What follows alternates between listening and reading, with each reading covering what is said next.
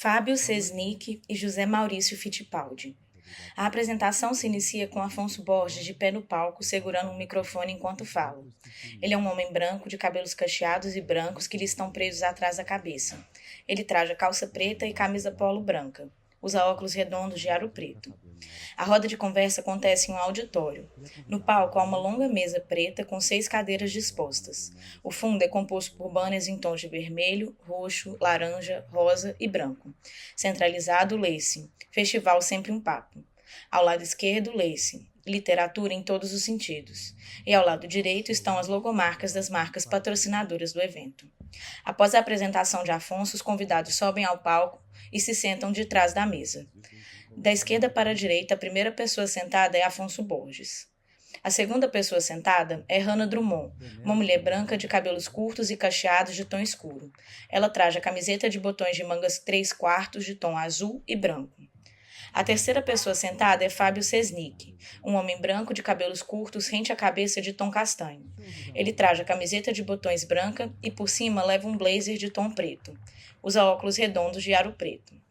A quarta pessoa sentada é Penélope, uma mulher branca de cabelos lisos e castanhos, cujo comprimento lhe passa os ombros. Ela traja camisa de mangas curtas de tom bege claro. A quinta pessoa sentada é José Maurício Fittipaldi, um homem branco de cabelos curtos rente à cabeça de tom escuro.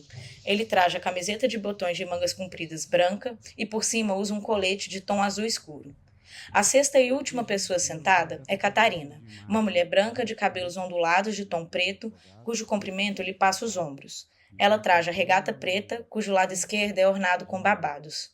No canto inferior direito do vídeo em questão está o intérprete de Libras, um homem que traja roupas escuras. Ele traduz simultaneamente tudo o que é falado. Vídeos ali de literatura brasileira e cultura brasileira ali depositados. Portanto, caso alguém decida processar alguém, processa o Gabriel, que ele é muito mais bonito que eu, barbudo, entendeu? E eu não tenho nada com isso, porque eu já pedi autorização de imagem para vocês. Entre tantas pessoas queridas que estão aqui, envio meu abraço, um beijo grande, mas em especial o seu Amilcar Martins, que é um exemplo de preservação da literatura mineira, a quem prezo muito, e que eu até hoje nunca visitei o Instituto, porque eu não me arrumaram algema. Porque se eu entrar lá, eu vou roubar tudo. Eu já avisei para ele, então não vou. Tá bom? O projeto Sempre um Papo é patrocinado pela CEMIG, via Lei Estadual de Incentivo à Cultura. Patrocínio esse que data desde o início do projeto, já são desde o primeiro ano de existência do projeto, a CEMIG acompanha o projeto, e é muito confortável para mim. São tantas histórias, são mais de 6.000 eventos, né, Rana? Nossa, um dia não dá conta para vocês a história toda.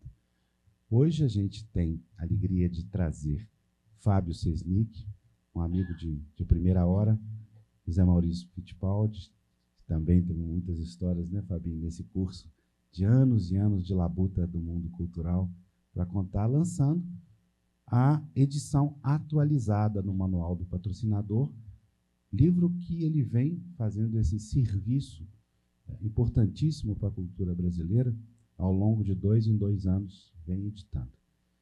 Para mim, é uma alegria estar com essas 3 pessoas, essas 3 mulheres nessa mesa. É um encontro raro, a gente devia fazer mais isso, né, Danusa? A gente tem que reunir-se para conversar, para ouvir as experiências, porque eu tenho a alegria de dizer que também eu fui patrocinado pelas 3 empresas durante esses 40 anos, e guardo ótimas lembranças, ótimas experiências. Então, vou passar, em primeiro lugar, de forma bem machista, para o Fábio Sesnick, e ele vai fazer uma palestra de 3 horas, portanto, logo depois, quem sobreviver vai pegar um táxi, né, de madrugada aqui, não sei o que, chega de conversa fiada, passar a coordenação para o Fabinho, porque isso aqui também já foi combinado. Já aconteceu em São Paulo, então a gente vai dar uma repetida aqui, inclusive nas maquinações. Obrigado, Fabinho. Não, muito bom, obrigado, Afonso. Tem uma coisa formal, né, nessa mesa aqui. A primeira coisa que eu senti, porque eu já vi em vários Sempre um Papo, aquela cadeirona e tal. Eu imaginei colocar 6 cadeiras aqui, mas ficar muito doido, 6 cadeiras assim ao redor, então pus uma mesa que ficou mais organizada. Não, ele trouxe para mim assim uma coisa de seriedade. Coisa é séria. Tem uma Chama o mesa Chico aqui, para qualquer coisa, o Chico Peluso vem aqui para resolver. Tá bom. Pessoal, boa noite. É um prazer estar aqui em Belo Horizonte e agradeço especialmente aí ao Afonso lançando esse Manual do Patrocinador.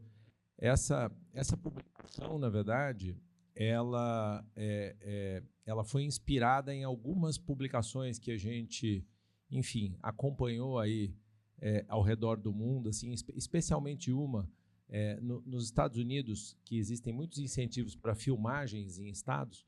Tem uma empresa chamada Entertainment Partners que produz um manualzinho que explica o incentivo de cada estado. Eu falei, caramba, a gente no Brasil, desde 91, produziu um manancial de incentivos, que é difícil, inclusive, de mapear, né? Eu falei, se a gente conseguisse colocar toda essa informação num livrinho e ele pudesse ser uma referência permanente para as pessoas, isso ia ser de grande utilidade. E aí a gente já faz uns 10 anos que a gente atualiza a cada 2, na verdade, a versão impressa do manual, cada um de vocês recebeu.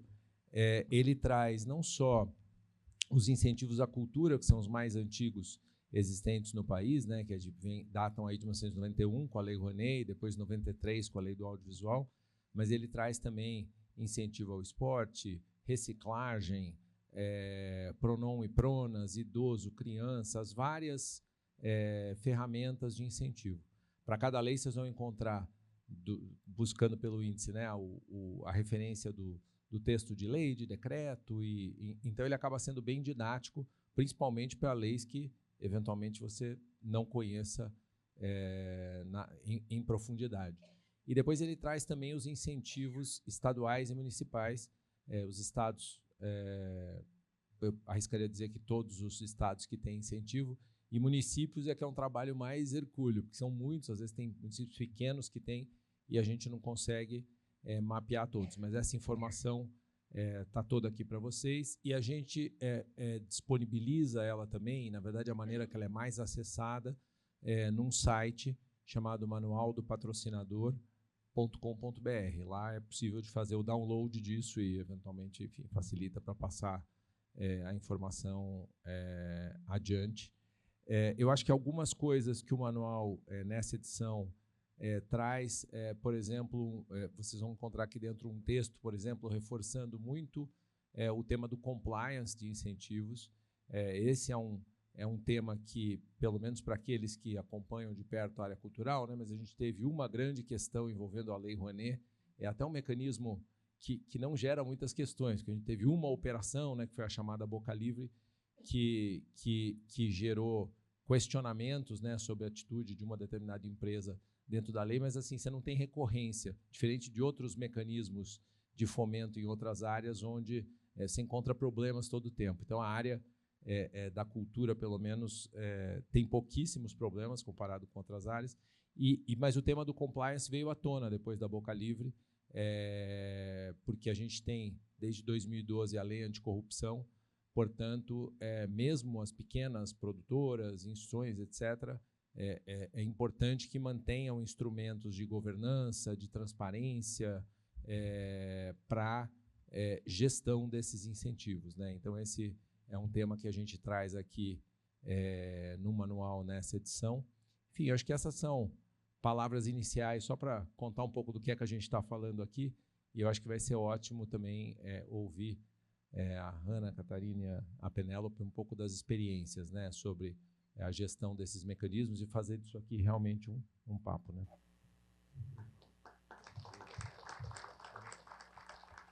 Continua o machista, senhor José Maurício Fittipaldi. Deixar as mulheres para o final, né? Tem coisas mais importantes para dizer. Bom, boa noite, pessoal. Um prazer enorme estar aqui. Afonso, obrigado. Sempre quis estar no Sempre um Papo. Você sempre só chama o Fábio, então, obrigado. Eu estou muito feliz por estar aqui, por poder discutir esses assuntos que realmente são minha paixão, gestão cultural, e sou advogado também, e temos a Ânimos, que é uma empresa de gestão na área de patrocínios, né?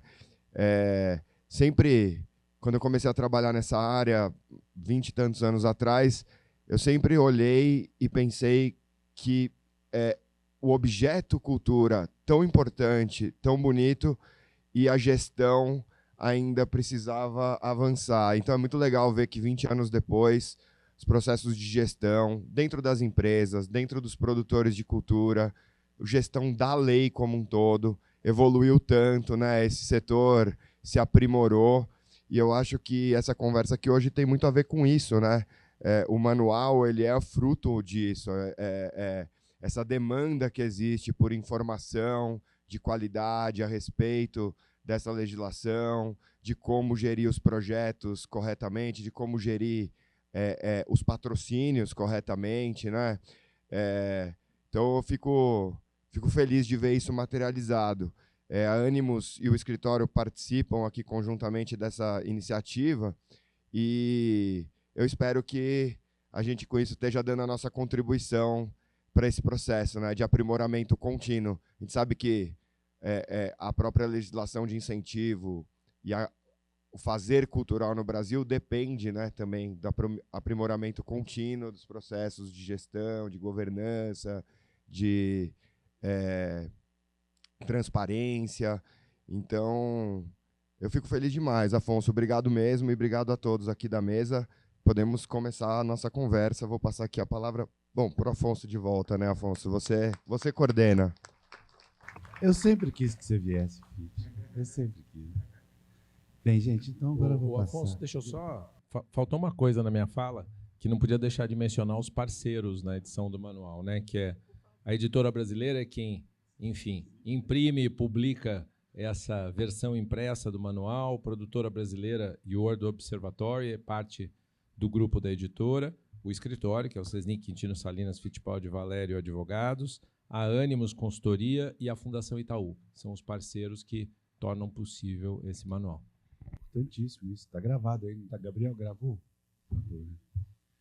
Bem, a gente começou a lidar com cultura num mundo muito linear, né? Era aquela coisa de chegar e pegar um pedaço de papel e sair procurando patrocínio para um evento.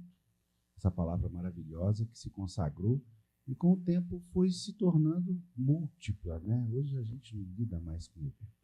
Então, assim, minha curiosidade é grande de ouvir vocês três, que têm ali na linha de frente esse enfrentamento hoje carregado de estratégia, carregado de regulações, carregado de métodos, e que não é fácil. Eu queria passar a palavra para a Hannah com essa provocação. Obrigada, Afonso, querido. Eu costumo dizer que eu tenho umas metas na minha vida, assim, eu sempre busco os meus ídolos. E Fábio sempre foi um ídolo. Eu acho muito legal poder estar perto, sempre foi. Acho fera, assim, eu gosto de gente inteligente, legal. Eu também. Obrigado pelo convite, é sempre um prazer. Eu também fico muito feliz de estar no Sempre um Papo, depois de quase 40 anos de patrocínio. Muito legal ver uma plateia cheia de amigos, muito da cultura e das artes de Belo Horizonte e de Minas estão aqui. Hoje, a gente entende o patrocínio na CEMIG, assim, a CEMIG, por mais que alguns digam que não, a CEMIG é o maior patrocinador de cultura do estado de Minas Gerais. Nós fizemos 350 projetos esse ano. Eu estou falando de um investimento de 120 milhões de reais. Além disso, a gente se vale de todos os outros mecanismos de incentivo para fazer esporte, para fazer idosos, para fazer infância. Daqui a pouquinho vamos começar a fazer reciclagem. E é muito legal, Afonso, como que o patrocínio está dentro da nossa estratégia institucional e corporativa. Os patrocínios são tratados com uma seriedade tão grande dentro da companhia que a decisão dos patrocínios é feita numa reunião em que estão os diretores, vice-presidentes e o presidente da companhia, né? Então, realmente a gente entende como valor, né? É importante para a gente estar nos nossos 774 municípios, né? A gente avança todo dia em busca da democratização, do acesso, da diversidade, de tentar fazer com que um pouco desse dinheiro, um pouco dessa oportunidade chegue na ponta e que realmente as realizações se deem da melhor forma possível. A CEMIG está passando pelo maior processo de transformação da história da companhia, né? É uma companhia criada por Getúlio Vargas, por Juscelino Kubitschek, e a gente tem, hoje, um plano de investimento na base de 60 bilhões de reais. Eu estou dizendo que o tipo de energia que vocês recebem na sua casa vai mudar. Já está mudando. Só que eu tenho um problema muito sério. Eu vou fazer uma pergunta que eu faço sempre. Quando vocês se lembram da CEMIG? Quando? Me respondam, por favor. Quando falta a luz e quando você paga uma conta cara. Quem se ferra nessa situação? Eu, que sou gerente de comunicação, preciso cuidar dessa marca e preciso fazer com que essa marca seja uma marca mais poderosa diante da empresa, da maior empresa do Estado. Então, eu tenho um problema de reputação. Eu tenho uma marca que se comporta mal, né? Então, por mais que a gente melhore os nossos serviços, você não chega em casa, acende aquela sua lâmpada especial para ler o último best-seller que você comprou e fala, putz, CEMIG, que bom que você tá com a luz. Pô, que bom demais. CEMIG, assim, energia é uma coisa que já está, né? Isso, daqui a 5 minutos, internet é uma coisa que também vai estar. E a inteligência artificial, idem, né? Mas acho que você não pensa, cara, quando você põe uma comida no micro-ondas de madrugada, cansado, você fala, nossa, Enel, que ótimo. Mais difícil, né? Não, difícil. Mas aqui, em Minas, as pessoas deviam pensar, putz, amigo, que bom que está rolando, né? Que bom que tem energia.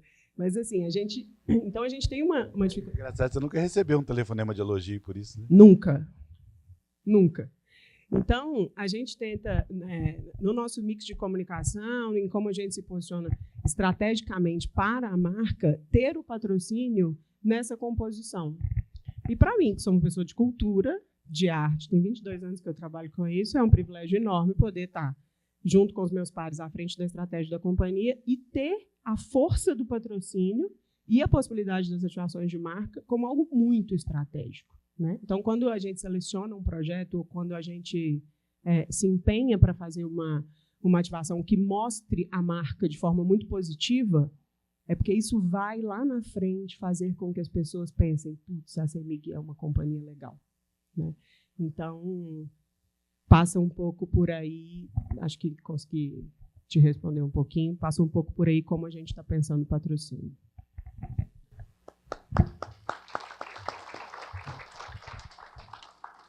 Por favor, a senhora. Sou eu? Janelle. Boa noite, pessoal. Para mim também eu tô falando isso antes de você começar. Eu tenho tanta história engraçada para te contar, não é? Então, Porque eu patrocinado pelos Minas no Sempre um Papo. Pois é. A mais divertida, eu vivi hoje, de novo. A gente fez Sempre um Papo com a Denise Fraga, que a gente fez lá. E foi tão assim marcante na minha vida e na vida da Denise, pelo acontecimento que aconteceu lá, que ela transmitiu o que foi dialogado com a plateia, com os filhos dela na época, e os filhos da Denise até hoje lembram daquele acontecimento. E hoje à tarde a gente estava conversando sobre isso. É só para dizer também o quanto esses encontros, né, que estamos tendo aqui são marcantes na vida da gente. Parece que é efêmero, não é. É só. E não é mesmo, porque eu queria dizer também aqui, né, como a Hannah falou, da minha alegria, do meu orgulho de estar aqui. O Sempre um Papo é parte da minha formação, né? Eu entrei na Uzi Minas como estagiária, né, e acompanhei como estagiária ainda o patrocínio da Uzi Minas ao Sempre um Papo. E eu estou falando também da cidade de Ipatinga, né? Vamos fazer esse recorte. Eu venho aqui muito com a fala de Ipatinga, porque o início de tudo foi lá. E ter o Sempre um Papo em Ipatinga, há 20 anos atrás, era um fenômeno, né? Era e ainda é, uma super programação, uma super referência. Então, Afonso Borges, Eugênio Butti, Denise Fraga, Paulo Altran, Fernando Yang, Afonso levou tudo para nós lá em Ipatinga, por meio do Sempre um Papo. Então, eu me recordo também de todas essas falas, de todos esses momentos, né? Isso fez parte da minha formação. Então, queria agradecer por estar nessa mesa. Fábio, também eu quero um autógrafo depois do manual, porque eu também sou fã do Fábio, a gente acompanha muito, né, a referência que é o escritório, né, e sempre nessas discussões de ponta. Então, Muito obrigada por tudo que vocês fazem há tantos anos, né? Você também. E as minhas amigas aqui de debates, né, Hanna e Catarina, a gente faz parte de um grupo chamado Com Cultura. É um grupo das empresas patrocinadoras em Minas Gerais que discutem cultura já há tantos anos. E a gente sempre se encontra para falar dos nossos desafios, dos nossos medos, das nossas situações, das nossas vitórias. Então, eu estou muito feliz de compor essa mesa aqui, né? E muito mais feliz ainda de ver tanta gente que eu não via há tanto tempo presencialmente, né, que também já estiveram em Ipatinga e fazem parte da minha formação. A Milka, também estive com a Milka quando era estagiária no Uzi Minas, né? Quantos anos. Chico, muito prazer de te ver aqui, né? Quantas vezes já esteve lá conosco, participou do processo de formação da classe artística local também, em Ipatinga. Joana, foi minha amiga, minha colega de Uzi Minas, né? Tem outros aqui que eu vi aqui na frente, né? Tá aqui com a gente. Então, assim, muito legal mesmo estar aqui. E todas essas pessoas que eu citei, toda essa formação que eu citei é graças a um incentivo fiscal, né? Então, queria dizer que esse mecanismo e eventos como esse, na minha visão, eles servem para fortalecer ainda mais esse mecanismo, né? A gente não pode deixar que pessoas que desconhecem ou que conhecem parcialmente a importância dos mecanismos falem mal deles, porque tudo isso que eu estou dizendo há tantos anos foi feito e continua sendo feito por meio dos incentivos fiscais. Então, esse evento é muito importante, Afonso, assim, a gente poder falar disso, a gente poder, mais uma vez, reafirmar isso aqui nessa plateia, que eu tenho certeza que todos aqui sabem da importância dos mecanismos fiscais, mas que a gente realmente seja um multiplicador e que a gente não abaixe essa bandeira para que a gente continue avançando.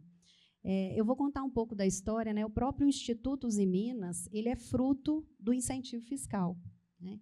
A Uzi Minas, em 1993, ela decide organizar um setor para cuidar de cultura em função do surgimento da Lei Rouanet. Olha só como são as coisas. E eu tenho certeza que muitas das empresas privadas fizeram esse movimento também motivados pelos incentivos fiscais, né? Então, a própria história do Instituto Uzi Minas, que hoje tem mais de 30 anos, né, a gente é de 93, 32 anos, a própria história do Instituto Uzi Minas é em função do nascimento da Lei Rouanet, né? Quando a gente nasce, a gente chama Instituto Cultural Uzi Minas. Os mais antigos, como eu, se lembram do Uzi Cultura, né? A gente nasce como Uzi Cultura. Então, eu tenho muito orgulho de dizer isso, porque a nossa história está muito atrelada aos mecanismos fiscais. É claro que o trabalho cresceu, né? A gente hoje também cuida, além da cultura, do esporte, de todas as legislações, né? do FIA, Fundo Idoso, PRONAS, PRONON, agora reciclagem, nas esferas do Estado e do governo federal. O trabalho cresceu muito, mas a cultura sempre foi e continuará sendo o nosso carro-chefe, né? Em Ipatinga, a gente tem, hoje, 4 equipamentos culturais, né, que são referência, que foram, alguns deles, construídos por meio da Lei Rouanet, né, são mantidos hoje com programação e com recursos da Lei Rouanet também. Então, a minha fala inicial é sobre a importância desses mecanismos. E respondendo um pouco à pergunta do Afonso, eu acho, Afonso, que hoje nas empresas a gente teve mesmo um super salto da cultura como perfumaria, como cereja do bolo, para a cultura como estratégia. Como eu disse, eu estou no Instituto há muitos anos, né, mas eu percebo isso muito fortemente a partir da chegada da pauta do ISG. Né? Com a chegada da pauta do ISG, que são as questões do meio ambiente, social e governança, né? O ISG é uma pauta que chegou de cima para baixo nas empresas que principalmente cotizam na Bolsa de Valor. Então, quando se fala em dinheiro, o acionista se interessa muito mais, né? O conselho, né, se interessa muito mais. Então, eu percebo que a pauta ISG trouxe uma força muito grande para a atuação social das empresas. A gente sempre fez, né, de forma muito séria, muito transparente, procurando fazer e desenvolver o nosso melhor, mas ficou muito mais fluido conversar sobre, chamar a alta direção para conversar sobre, né, levar indicador, demonstrar indicador a partir da pauta ESG. Então, eu queria destacar isso aqui. E o Fábio falou no início da fala dele sobre governança. E eu acho que a gente tem no mecanismo fiscal, né, nos incentivos fiscais, 3 atores, um tripé que é muito interessante, que é o governo, a sociedade civil e a iniciativa privada, né? O proponente precisa se mobilizar para apresentar um projeto para o governo, que, por sua vez, precisa se mobilizar para validar ou não aquele projeto, diligenciar ou não aquele projeto, que, estando ok, ele procura a iniciativa privada para que faça o patrocínio. Então, a gente tem 3 frentes igualmente responsáveis pela questão da governança, na minha visão. Então, na iniciativa privada, por exemplo, quando a gente recebe um projeto, a gente faz uma série de análises, né, a partir do que foi apresentado pelo proponente, a partir do que o governo validou.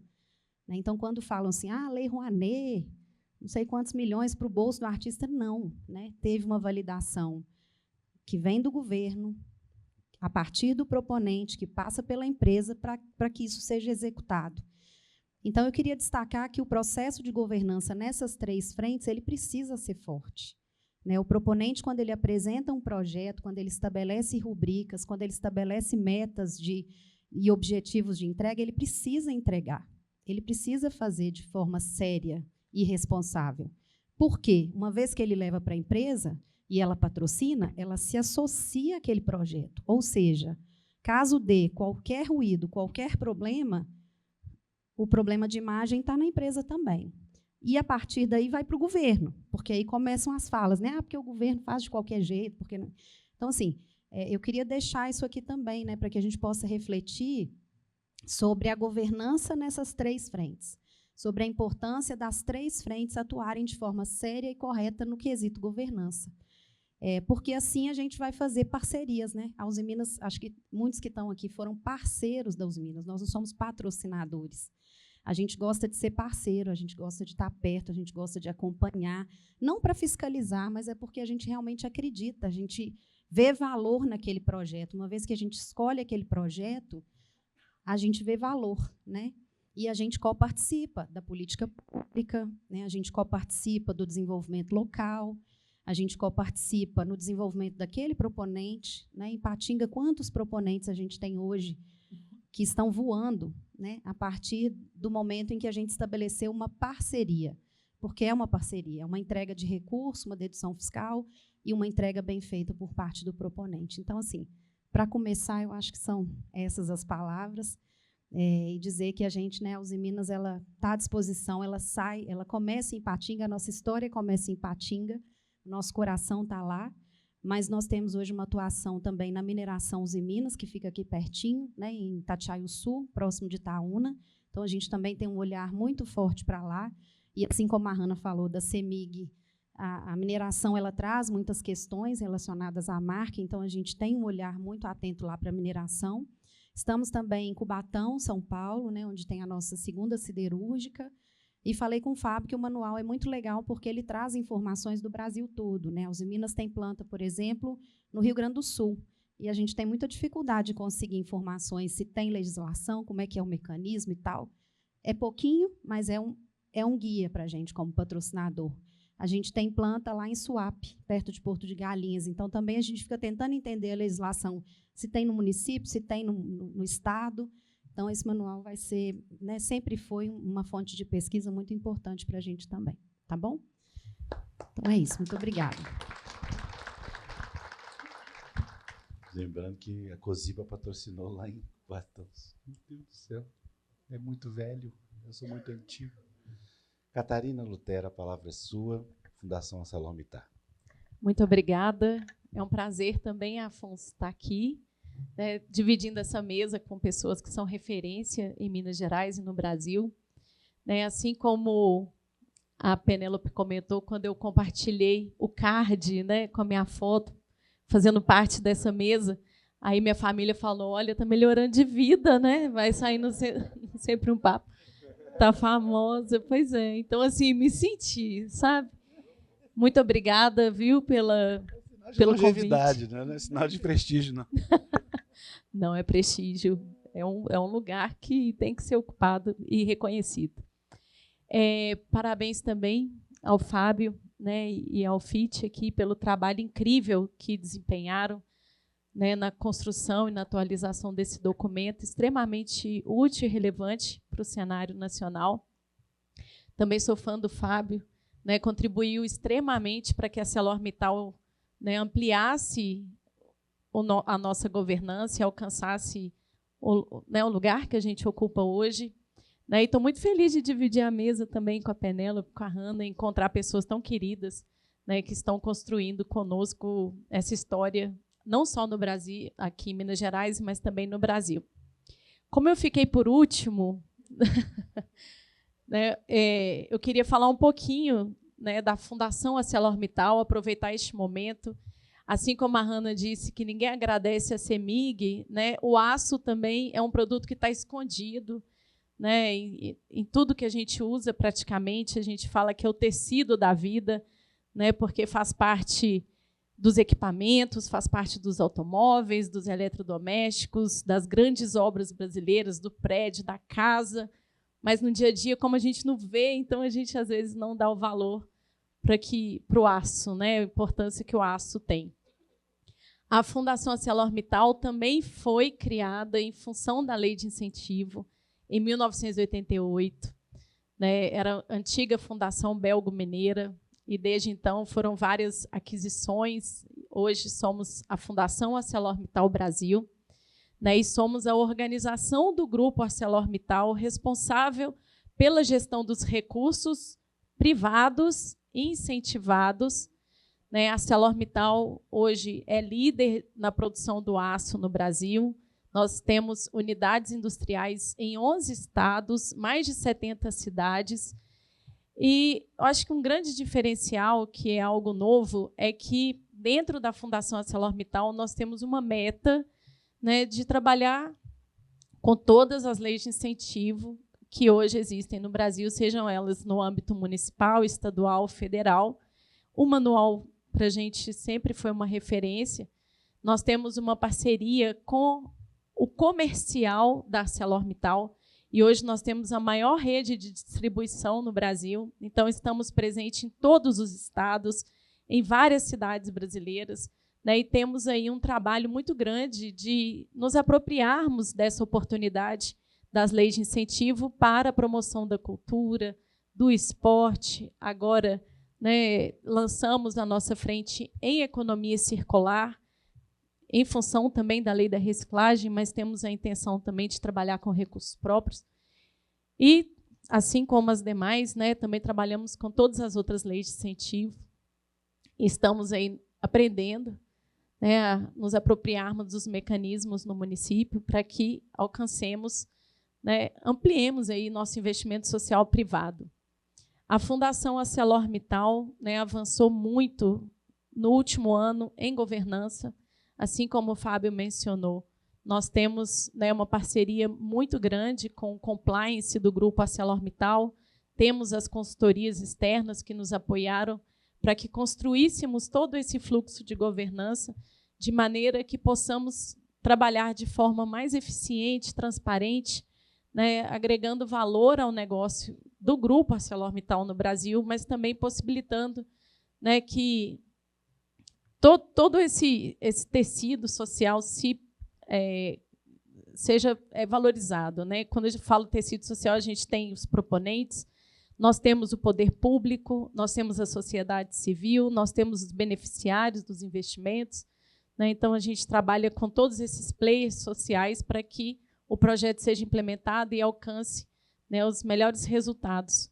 Quando o Afonso trouxe aqui que é um grande desafio, sim, conectar a estratégia do investimento social privado com a vocação do negócio, né? Quando a gente fala de aço, isso é ainda mais difícil, porque não é visível, né? Conforme eu comentei, e é uma empresa que gera muito impacto ambiental.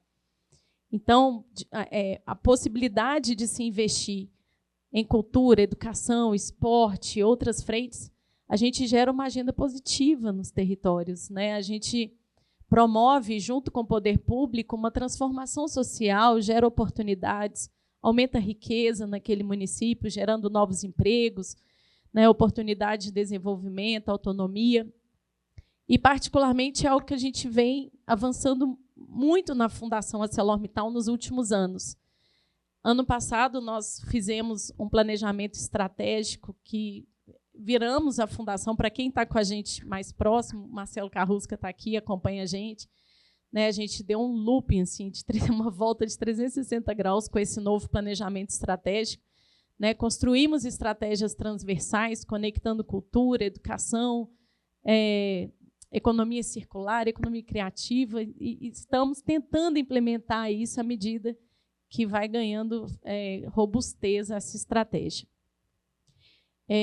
Queria, né, agradecer, falar que estamos aqui à disposição também para contar um pouco mais, né, poder aprofundar um pouco mais nessa trajetória que a gente está só no início dela. Agradecer o trabalho do Hermes Araújo, que me acompanha há tanto tempo. Obrigado, Hermes. Fabinho já escreveu um monte de coisa aqui, vou passar a palavra para ele. Estava ouvindo as falas e é super interessante porque ele vai trazendo pontos. Né? Um dos pontos é que, curioso que o fomento, quando vocês mencionaram, né, dos institutos, tanto os em Minas quanto a Fundação Belgo-Mineira, que foram criados ali 88, 90, é bem o período da Lei Sarney, que era a Lei de Fomento à Cultura, e outras instituições, Instituto Moreira Salles, Instituto Itaú Cultural, a Lei Sarney, no primeiro momento, e depois a Rouanet, passou a ser a maneira pela qual as empresas foram chamadas para o jogo. Né? E é interessante de observar depois, você pega também na governança e na gestão desses mecanismos por essas empresas, como é incrível, né, o resultado, onde você, lá na frente, tem, por exemplo, Itaú Cultural e outras, falam, usa um pouco de incentivo para várias frentes, mas faz um monte de coisa também sem incentivos. Tem uma programação, tem eventos, tem exposições. Então, é incrível esse foi um dos pontos que me chamou a atenção. E o segundo, que eu esqueci de falar e que é importante compartilhar, só para que todo mundo esteja na mesma página, a gente teve uma recente reforma tributária. Essa reforma tributária foi feita por meio de uma emenda constitucional, a 132 de 2023, e ela, no texto, acabou por trazer alguns artigos que tentam, na verdade, coibir a guerra fiscal. E, para isso, ele acabou com os incentivos estaduais e municipais, porque justamente na primeira fase da reforma tributária, o PIS e COFINS, que são tributos federais, e o ISS e o ICMS se transformaram no IBS e CBS. A partir do ano que vem, a reforma já começa a gerar efeito. A gente vai ter a nota fiscal federal unificada, depois acaba se extinguindo gradativamente ICMS e ISS para dar lugar à nova tributação. E na reforma acabou, na verdade, passando por todo mundo esse fim dos incentivos ficou cravado. Então, em tese, em 2032, que seria a conclusão da reforma tributária, não teríamos mais incentivos estaduais e municipais. A gente fez, na semana passada, dia 3, um seminário no Itaú Cultural, aí uma sócia nossa, que é a Daniela Galvão, que é quem cuida de tributário, fez uma apresentação e a gente escreveu, na verdade, uma PEC que modifica o artigo 9 dessa PEC da reforma tributária, então uma PEC que modifica uma outra PEC, mas que estabelece a exceção específica para incentivos culturais e esportivos que sejam aprovados em leis dos estados, mas o comitê gestor, que vai ser único, né, porque essa tributação ela tira o ISS e ICMS e passa a fazer uma arrecadação por um sistema federal que depois distribui. Então, os estados poderiam aprovar incentivos específicos e a gente tentar ter uma continuidade desses incentivos fiscais. Então, acho que é importante todo mundo ficar atento nessa agenda. Essa PEC vai acabar sendo proposta por um deputado que foi o relator da reforma tributária, e aí precisamos de uma adesão de uma parte das pessoas, porque acabar com incentivos estaduais e municipais é praticamente reduzir o aporte em cultura e esporte em mais de R$1 bilhão por conta de tantos incentivos distribuídos. Né? Não dá para deixar isso acontecer. É uma pauta boa, né? Eu acho que a gente tem que parar tudo que a gente está fazendo, Afonso, e focar só nisso aqui. É muito sério. Aproveita, secretária Eliane, acabou de chegar. Um beijo. Ei, Lili, bem-vinda.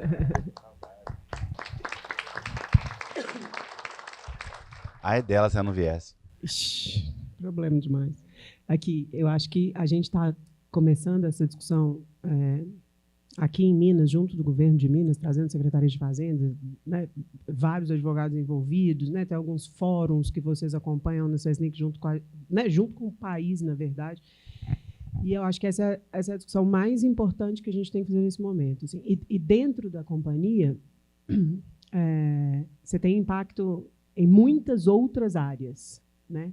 E na CEMIG a gente conseguiu que eu tenho uma super especialista na minha equipe, que é a Juliana Peixoto. Então, a Juliana Peixoto cuida disso, de fazer com que essas questões sejam tratadas dentro da companhia, para que, quando a companhia leve ao parlamento ou leve ao executivo todas as nossas questões, a cultura, o incentivo também esteja abarcado. Mas é muito sério, né? É uma coisa que vai acontecer amanhã. Ou a gente efetivamente olha para isso e atua na construção das PECs, na articulação institucional, entendendo qual é o tipo de relação governamental que as empresas e os produtores, né, os fazedores de cultura, de esporte, têm que tomar a frente também para fazer um tanto de barulho nessa história, para que efetivamente as coisas não acabem. Porque o que se dá hoje é que elas vão acabar. Completando o que o Fábio falou, foi uma iniciativa do Fórum Brasileiro de Direitos Culturais, né, Fábio? Esse seminário que aconteceu. E para quem não assistiu e para quem ainda não está entendendo bem o assunto, o relato ela é relatora que fez aquele apresentação inicial, Fábio? A Daniela, ela fez um relato, uma aula impressionante sobre o que está acontecendo e o que pode acontecer. Então, depois a gente podia deixar aqui para o pessoal o link do YouTube, que ainda está ativo, né? Tá na fundação ou está no fórum? Fórum, né? Tá, legal. Ajuda nos espalha esse negócio, que é muito importante essa fala. Vocês querem falar sobre isso? Eu gostaria de falar uma curiosidade, porque isso afeta também assim, o dia a dia da ArcelorMittal. A gente também tem um assento dentro desse fórum. E eu só queria comentar uma curiosidade, porque hoje a composição do investimento social privado da fundação, por exemplo, mais de 60% é composto por leis de incentivo, o restante por recurso próprio. Dentro das leis de incentivo, as leis estaduais hoje são o grande volume de investimento do Grupo ArcelorMittal no Brasil. Então, a gente já começou a traçar uma grande estratégia de diversificar a receita para além do negócio, para pensar como manter os projetos, porque são projetos longevos. Nós temos projetos que existem há mais de 20 anos em cidades, né, de crianças que passaram, hoje são professores do projeto, né, que fazem parte já da cultura daquela cidade, das famílias, e não dá para descontinuar, são projetos muito grandes, e não daria para absorver tudo isso com recurso próprio, né? São grandes investimentos, são feitos há muitos anos, então a gente está estudando estratégias caso esse plano A dê errado. Quer falar? Eu acho que vai naquilo que eu trouxe inicialmente, né? O mecanismo fiscal como um lugar de coparticipação de 3 frentes, né? Poder público, iniciativa privada e sociedade civil. Então, é uma causa nossa. Uma vez que esses incentivos eles acabam, a gente tem 3 órfãos aí nessa história, né? Então, eu fiquei muito feliz de acompanhar, agradecer a Eliane, um beijo para a Eliane. Falei de todos aqui, faltava você. Foi minha grande mestre. Minha mentora, eu fui estagiária da Eliane há sei lá quantas décadas atrás. Foi quem me ensinou tudo. Agradeço demais, sou fã.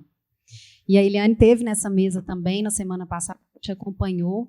E eu acho que é um pouco isso. A gente, como 3 partes, não pode deixar que isso aconteça. E aí, na Uzi Minas, da mesma forma, a gente está trabalhando com a área tributária, A área tributária é extremamente mobilizada porque o impacto é em muitos setores, né? Isso vai afetar, inclusive, economicamente, né, o desempenho da empresa. Então, a área tributária está mobilizada e o Instituto Uzi Minas, a área de investimento social privado, está mobilizado, acompanhando o fórum, acompanhando as discussões, as publicações. A Daniela foi a primeira que levantou essa pauta, né, para a gente, enquanto fórum. E o que eu percebo é que Minas Gerais é uma referência na lei do Estado, né, de cultura. É uma lei que destina muitos recursos para o interior. Então, eu tenho conversado muito a nível dos conselhos municipais, né, começando lá da base dos conselhos das cidades do interior, onde a gente está, onde a gente tem atuação, né, dizendo para eles, vocês estão entendendo, a gente precisa ir juntos. Né, nós temos representantes do interior nos conselhos aqui estaduais, que levaram as pautas para os conselhos estaduais.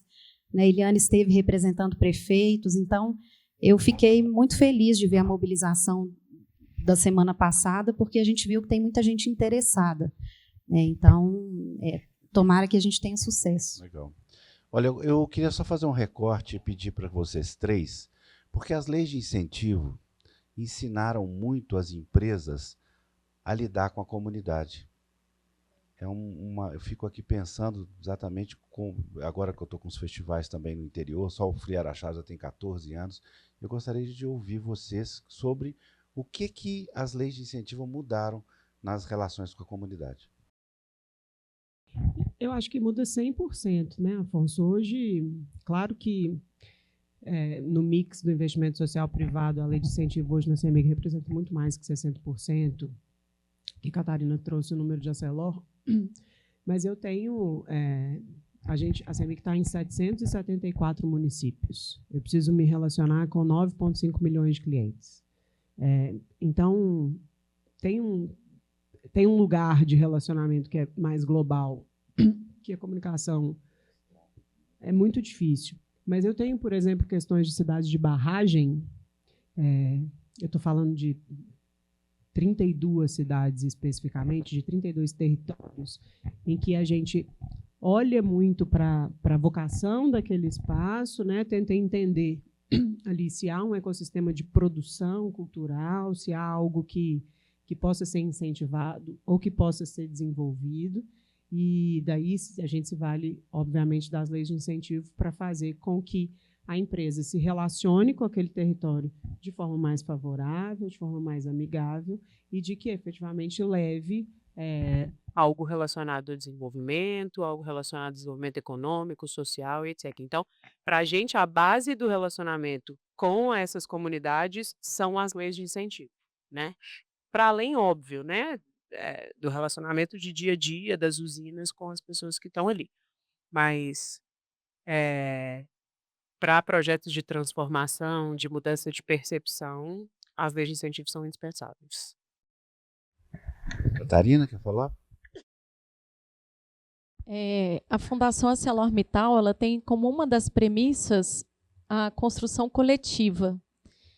Quando eu mencionei que nós estamos presentes em 70 cidades no Brasil, nós temos equipes coordenando a gestão dos projetos e acompanhando nas 70 cidades.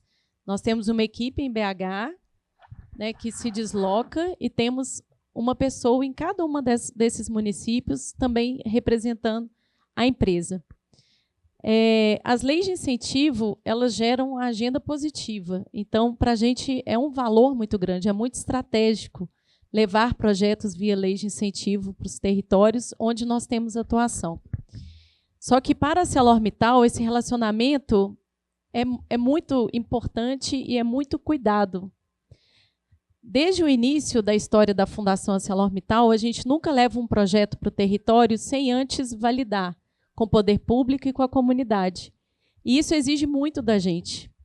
Então, a gente estabelece uma estratégia anual, valida com prefeitura, com secretários de cultura, secretários de esporte, desenvolvimento econômico no município, conselhos municipais, né? E no ano seguinte a gente implementa desde que a gente tenha o aval, o apoio deles. A gente também tem um trabalho muito grande com lideranças comunitárias, com associações do entorno das nossas empresas. Então, há uma dedicação muito grande em construir uma estratégia que atenda também à necessidade do município.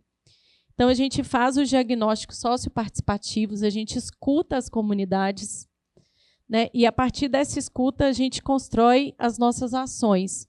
Só que a gente não tem como atender a necessidade de 70 cidades diferentes, né? Seria uma loucura a gente conseguir trabalhar o atendimento de cada um dos desafios locais.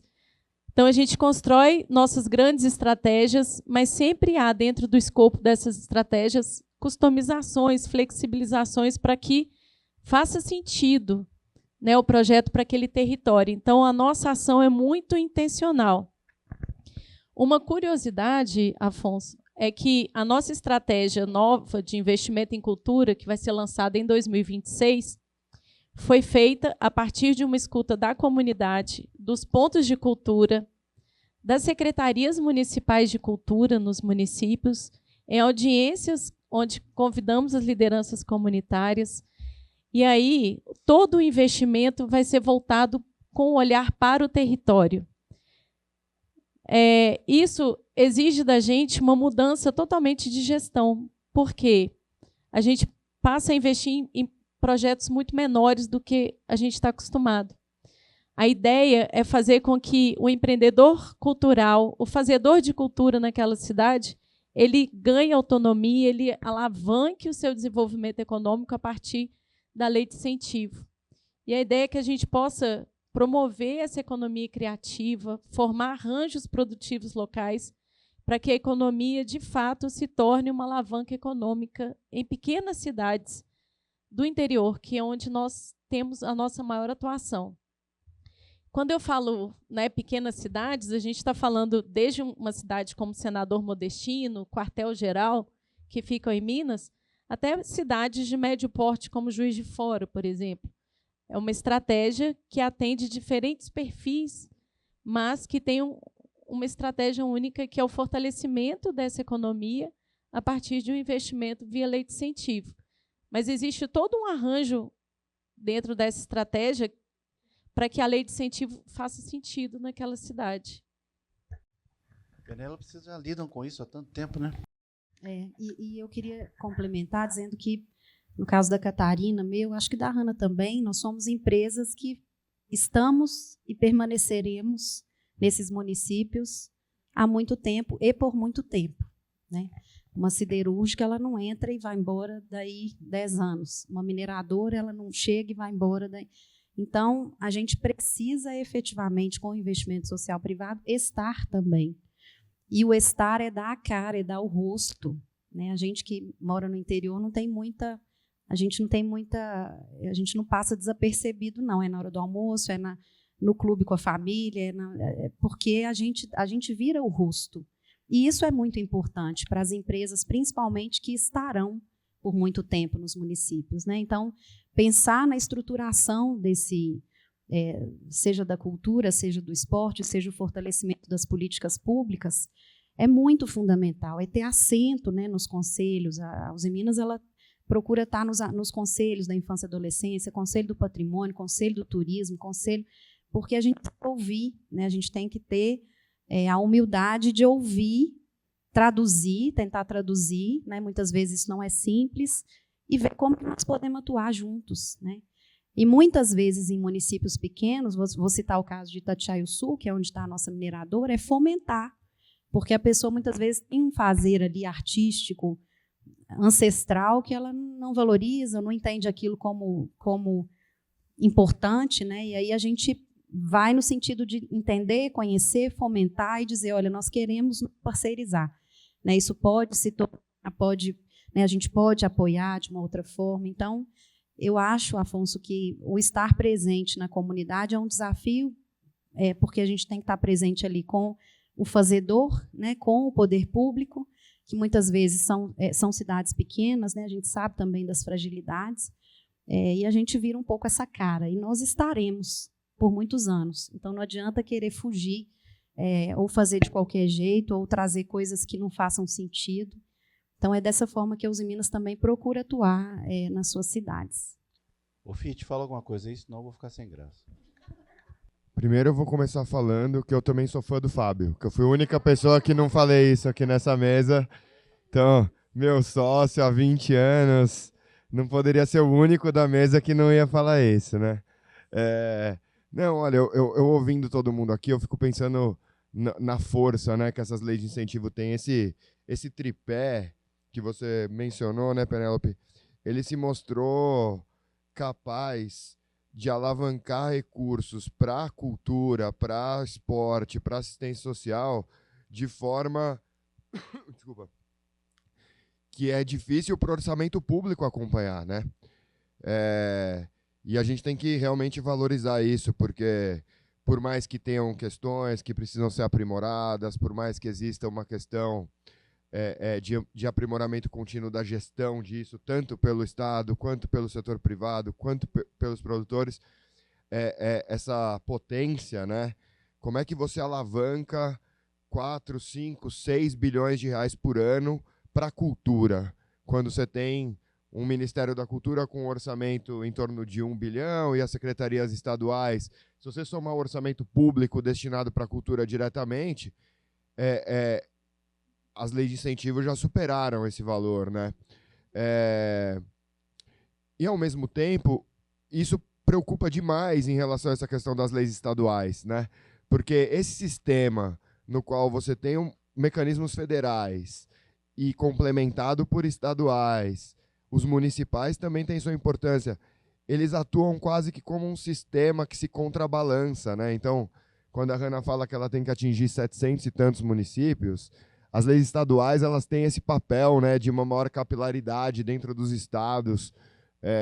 O federal ele fica lá, né, sendo decidido lá em Brasília, como são essas políticas e tudo mais. As leis estaduais têm um papel importante, a gente não pode deixar isso acabar. Sem falar que, pensando para o futuro, né, quero crer que nós vamos ser bem-sucedidos, vamos conseguir salvar as leis estaduais, mesmo nesse modelo da reforma e tudo mais.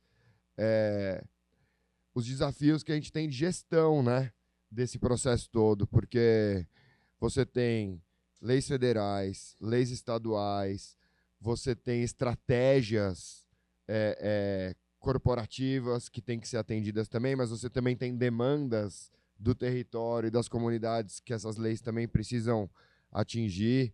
Então, se você pensar no início dessas leis, quando era uma questão para muitas empresas, né, de simplesmente usar o dinheiro, porque eu tenho aqui uma benesse tributária, ou então, logo em seguida, tudo bem, eu tenho várias opções, mas vou usar aqui por uma questão puramente de marketing, ou vou usar aqui por uma questão puramente de relacionamento local.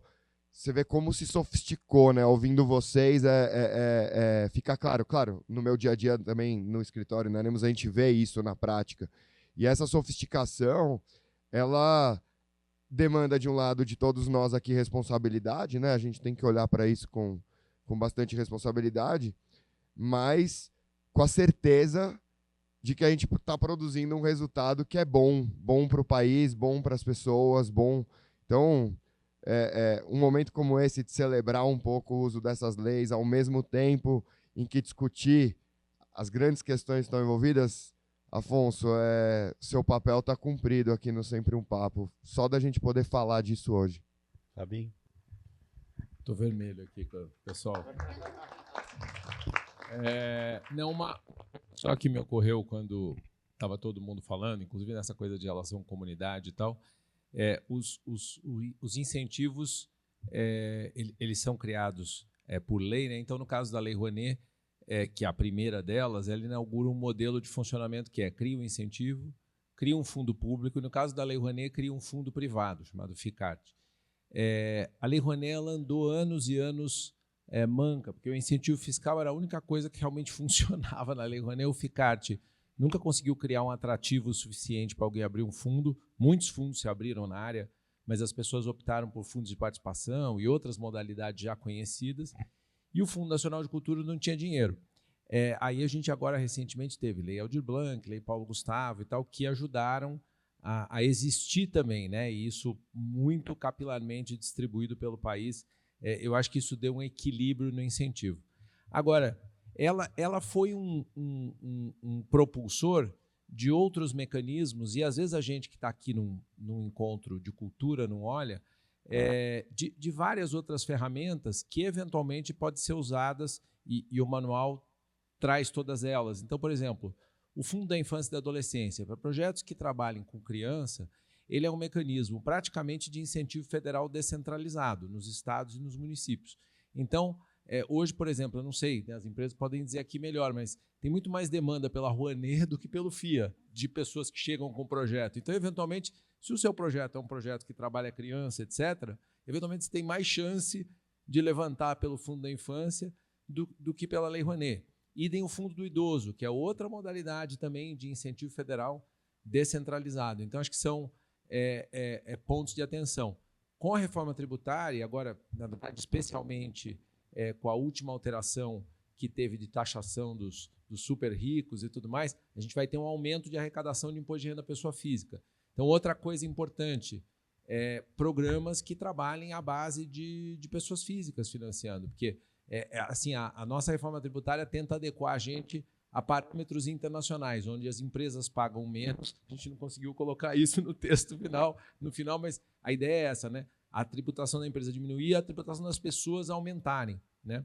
E se caminharmos para isso, precisamos focar muito na conscientização dos indivíduos. Então, sei lá, como é que a gente chega em cada pessoa física e fala, patrocina esse projeto e tal. Aqui tem um case em Minas Gerais, que é o caso da Unimed, aqui de Belo Horizonte, que acho que é uma referência nacional, começou aqui, mas eu acho que esse também é uma outra modalidade para pensar um pouco fora da caixa, só eu fiz aqui na Lei Rouanet e pronto, não consegui, acabou. Não, tem outras ferramentas a serem buscadas. Bem, estamos na hora. Eu queria passar a palavra para cada uma das pessoas, das senhoras, para encerrar. Bom, queria agradecer de novo. Muito legal poder... nós estivemos juntos em São Paulo no lançamento do manual lá. Foi Brasil lá, né? Em São Paulo. Eu falei, cara, vamos fazer em BH, porque BH é muito legal, né? Tem muita gente bonita. Tem o Afonso, que é amigo da Carmen Lúcia. Eu avisei que a Eliane vinha, a Eliane veio, entendeu? Então deu tudo certo. Você acha que fazer BH? Pô, fiquei muito feliz de poder cutucar e trazer o manual para cá. A gente se empenha nos nossos dias de para promover um patrocínio com mais acesso, mais democrático, para que efetivamente as pessoas consigam realizar, né? Principalmente os fazedores de cultura daqui. A gente quer estar cada vez mais perto das pessoas, mais conectando a marca às pessoas, mas acho que no final do dia, Afonso, a gente fala de sonho, né? Então, se a gente está ajudando a realizar sonho, eu vou ficando feliz aí pelo caminho. Obrigada pela oportunidade. Penelo?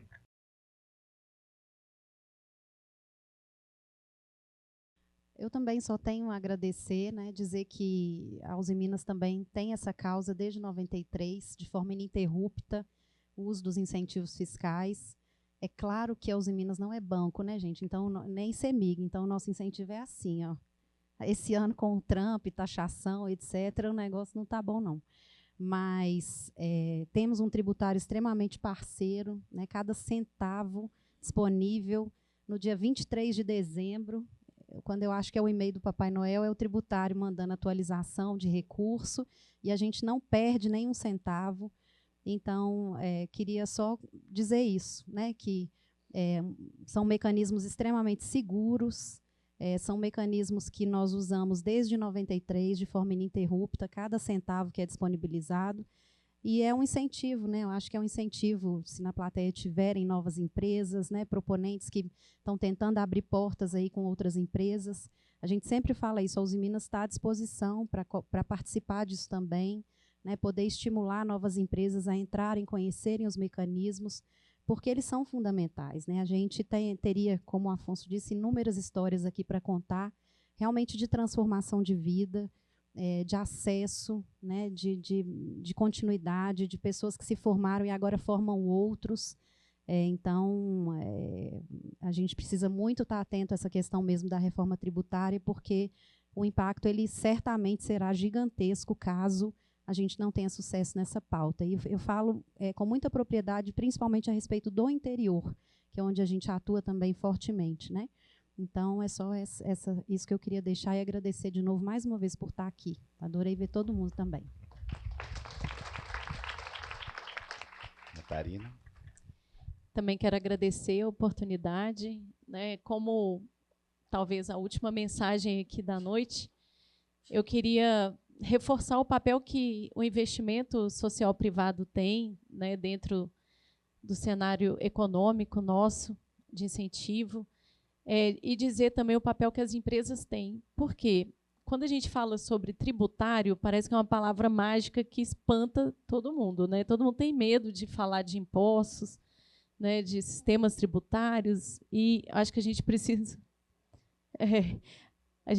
também democratizar o acesso dessa informação e desmistificar que é difícil, que é trabalhoso ou que é muito burocrático, e estimular que as pessoas físicas destinem, que as empresas que ainda não destinam, que elas passem a destinar, né, que elas possam ver o exemplo, né, de outras empresas que estão fazendo isso e assumirem também o papel delas enquanto transformadoras sociais na sociedade, né, tendo acesso a esse mecanismo de fomento, que é muito importante.